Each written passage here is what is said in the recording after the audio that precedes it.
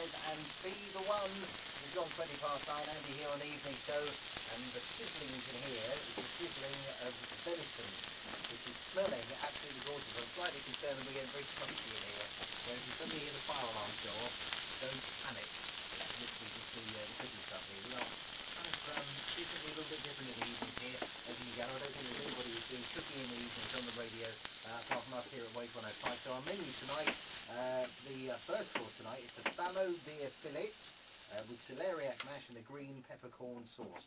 Excellent. So it's Lee Dart from Newhouse Venison and Game, based in Hythe. Those are your little Bambi fillets there, and they've just come out of the pan, haven't they?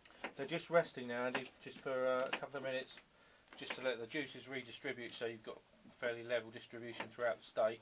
And then I'm going to actually cut them into medallions and pour the sauce over. Ian's got the mash up together, ready to go. So we're almost there on the first course, really. How have you done the sauce? The sauce is a green peppercorn sauce, which is really is derived from a gravy mix or a stock mix. Then we're adding peppercorns and cream to that with chopped onion. This one I brought in pre-prepped because we didn't actually want to do it here, much the same as we've done with the red onion gravy for the sauce. And by the sound of the mash, that mash sounds like it's done as well, Ian. Yeah, I was just thinking, I just had a little taste. You know, every good cook at home should always try the food before they put it on the plate. And again, it's the parsnip and the celeriac make it a little bit more coarse, so it's not necessarily as smooth as a mash. But the key thing about it is very crisp on the palate. You'll notice it's really clean. Really clean flavour. So there's the mash on the plate. Smells absolutely fabulous. Fantastic. I'm just going to do two. Yeah, sure. Yeah, there you go. Mash is ready and on. Okey-dokey. We've also got the potatoes on for our second dish already, so we don't go too far past midnight this evening. The second dish later, you've brought in some mixed game sausages, haven't you? Yeah, we've got a combo pack of what we supply to trade as a company, which is 2 portions, and they are pheasant with apricot and calvados. Yep. Calvados is a French apple brandy, which is quite popular with game. And we've also got a wild boar with cider and apple, which is a very popular sausage. And we've got venison with port and red currant, which are very good additions to it. Makes a slightly sweeter venison sausage, really. So we will be sampling some of those later, and I'm just seeing you slicing up those Yeah. venison steaks at the moment. They look like they're ready to go. Well, They look fantastically rare as well. I mean, resting it, that's the key at the end. That's how you really get the tenderness as well. But not overcooking meat is key.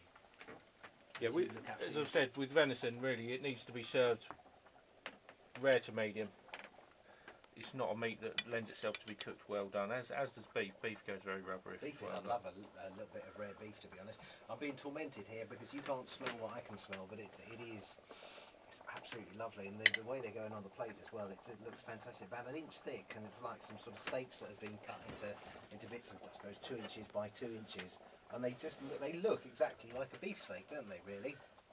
Yeah, I think you'll be quite surprised at what I really want to get across to listeners, and we have a great deal of difficulty convincing people at events that we do throughout the summer, is that venison is not a nasty, gamey, strong meat. It's actually a very good meat. It's very low in cholesterol, very low in fat. It tends to be strong if it's from red deer, which aren't abundant locally throughout Hampshire and the south of England. We mainly get fallow deer or Seeker or roe deer down here, which have a much more subtle flavour. But they're all called venison. That's like the collectively, yes. So when you go in, if you go to your butchers or something, you're after venison. Really, ideally, you need to know exactly what kind of venison you're going to be getting. They all taste different, Andy. Yeah. And I'm hoping to find out in a second. So round one this evening is a parsnip and celeriac mash, which looks wonderful, with the venison fillets and a green peppercorn sauce, and that is all going to be online at wave105.com/Andy tomorrow morning on the video. And of course the ingredients and everything you need to know, the step-by-step, is already up there as well. And are we ready for a taste here, because it's looking fantastic? I think we're just about there. Yeah. I think we're there. And my mouth is watering unbelievably. So here we go. This is the first little taste. Is my favourite bit of the evening always. First of all, I'm going to check out Ian's celeriac and parsnip mash. I see what you mean by it being slightly more sort of crisper. It's like, yeah, it's very clean on the plate. It's very light, isn't it? You know, like potato can be a bit heavy sometimes. The celeriac mash is really light. And with the parsnip as well, it's a good mix of flavours. It is. It's absolutely lovely. And I'm just about to try my first bit of venison. One thing we haven't got is a knife, so. Very, very tender, isn't it? We have a knife. We have a knife as well. We have Got all the more tools content in here. So it does. It's not a very gamey taste, is it at all? It's very Somewhere almost like between beef and lamb, it really. is, isn't it? Really, but so tender. This is something where venison's really changed. A lot of people keep away from venison because they think it's going to be very, very gamey. The last few years, certainly the venison industry have really made fantastic progress in delivering a fantastic piece of meat that, you know, isn't over gamey, haven't they? It's a natural product. It's wild. The deer go where they want. They eat what they want. They've had nothing in terms of their diet to substitute feed them or anything like that. It's a wild product. Because it's a wild product, it's got no additives, and it is what it is. It's very low in fat, very low in fat. On Wave 105 Monday night, foodie nights, every Monday between 9 and 10 with their regular visitor here to Wave 105. We've got Ian from Sunnyfields Farm, and tonight Lee Dart from Newhouse Venison and Game, who are based in Hyde. So far this evening, if you just joined us, we just had venison or fallow deer fillet with celeriac mash and a green peppercorn sauce, which has gone down very well. Very beefy, with just a sort of slight hint of gaminess there, and very, very tender as well. Absolutely sort of melts on the melts in your mouth. But Ian, we were talking earlier on about the, you know, a lot of the time you find it very difficult to get these ingredients. This is where your little thing comes in with the farmers markets all over the place. We have, and these are the markets coming up this weekend. On Saturday we have the Festival Place Saturday Food Market, and Lee will be there with his venison, and that's at Festival Place between 9 and 4, and that's in Basingstoke. We've got the Sunnyfields local food market as well, every Saturday 9 till 3. That's in Jacobs Gutter Lane. And then we have the Hampshire Farmers Markets, none on Saturday this week, but we have 2 on Sunday. We have Petersfield Farmers Market, obviously in the square at Petersfield, and we have Romsey Farmers Market, which is in the middle of Romsey. Absolutely. Yes. So that's on Sunday. And also a couple of gardening tips. I mean, this time of the year, not as much going on as the spring. Especially if you've got like a allotment going on, as we mentioned last week. The most expected person that I would have thought to have an allotment is Wave 105's Jason Beck, who's our news guy here, and he's down on his allotment nearly every day when there's stuff to do. So what should Jason be doing on his allotment at the moment? All right, this is an adventurous one for people, and if you've never done this, go and have a bit of a look. And this is chicory. This is the thing that you grow outside. You lift it, and this is called whitloof or whitloof chicory, and then you take it inside and start forcing it. So if you've got sea kale and chicory outside, now's the time to bring it in and start forcing it as these very small blanched buds. Also, if you've not finished tidying up your veg patch, you better get on with it quickly, because it's time to pick up all those crop remains and get them on the compost heap.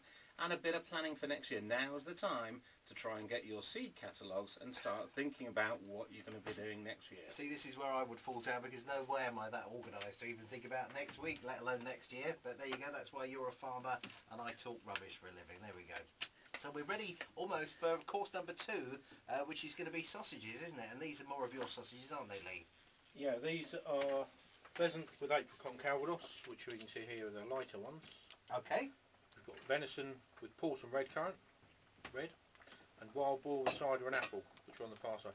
This is a combo pack, so it has sort of all 3 varieties in it. I'm guessing that once they're cooked, it's very difficult to tell them apart until you can actually taste them, isn't it? Only to the trained eye. The trained eye. Okay, well, we'll look and see how well you get on with that. Are you going to stick them on? Because I'm guessing they're going Just to going to put these on. Yeah, we're just going to get a bit more rapeseed oil on the goat in a hot pan, and then those are going straight on.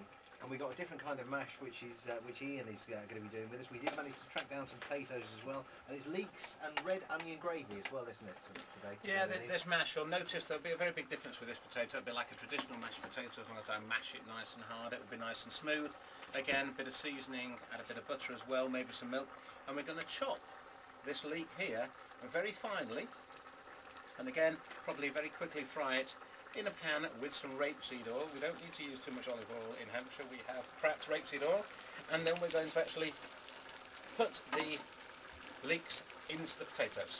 Fabulous. And mix them together. So just another little twist for mash this evening. And you can hear the sizzling of the sausages. The sausages are on, so we will let those cook for a bit. We will come back in a second with more music from Duran Duran and Save the Prayer next.